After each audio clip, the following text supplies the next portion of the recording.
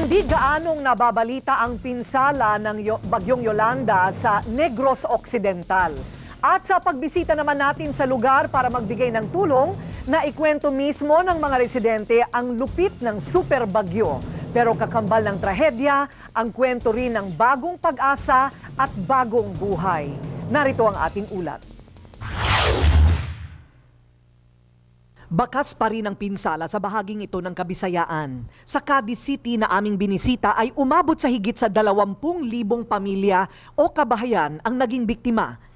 Malawak ang taniman ng tubo dito sa Negros Occidental. Pangunahing kabuhayan ng mga kababayan natin na hindi pa rin nakaligtas sa lupit ng pinsala ng Bagyong Yolanda nito lamang nakaraang buwan.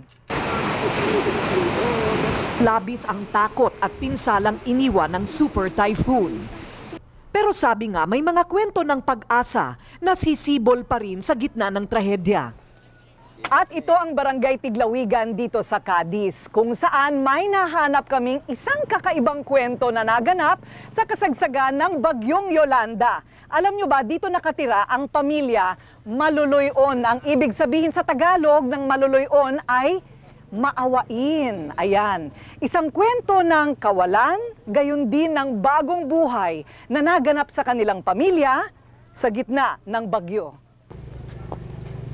Sa barangay na ito ay nakilala namin si Aling Herminia. Birthday ni Aling Herminia noong dumating si Yolanda.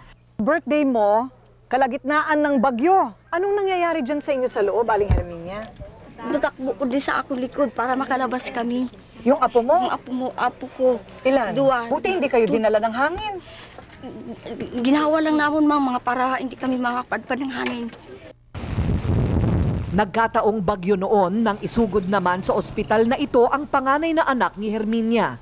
Ikaw ba nung nanganganak ka, Maricel, alam mo na binabayo na yung bahay niyo rito? Opo, kasi malakas yung hangin. Doon sa ospital, alam mo na. Pero hindi mo naiisip.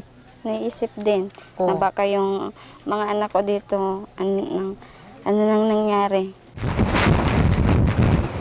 Dumating at umalis ang bagyo, nakaraos ang panganganak ni Maricel.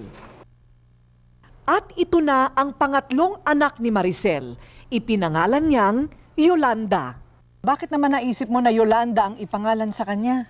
Kasi talagang bagyo siyang lumabas. Baka naman ito yung magandang balitang Yolanda. Hindi ba? Ang ganda-ganda, tangos ng ilong. Halos lahat ng bahay dito sa Barangay Tiglawigan na ginuho ng Bagyong Yolanda ay nagawa na ng paraan sa pagtatagpi-tagpi at kung ano-ano na lamang na pangtapal. Tanging itong bahay na lamang ni Aling Herminia ang hindi pa nagagawa ng paraan dahil wala nga daw silang pantustos. Ito po ay dahon lamang ng nyog at hinahabi niya. At kapag masikip ang pagkakahabi, ay pwede na rin. Ganyan ang pagkakagawa nila na balak mong gawing dingding. Pero naaawa ako sa'yo, bibigyan na lang kita ng tolda, ng trapal. Okay ba yon? Sige, apir. Ayan. At ito na, para hindi ka mabasa ng ulan. Ayan, Hindi maiinitan si baby. Okay ba? Lagyan mo na lang ng bintana, ha? Salamat, Gid. Salamat, Gid. You're welcome, Gid. Tulong-tulong po ang aming grupo sa paglalagay ng pansamantalang dingding ng pamilya Maluluyoy. Habang tuloy din ang paglilibot at pag-abot namin ng munting tulong sa mga barangay dito sa Negros Occidental na naapektuhan ng bagyo. Maraming salamat po sa mga tumutulong. Ating ipagpatuloy ang pagdamay at ibahagi ang mga biyaya ngayong Pasko.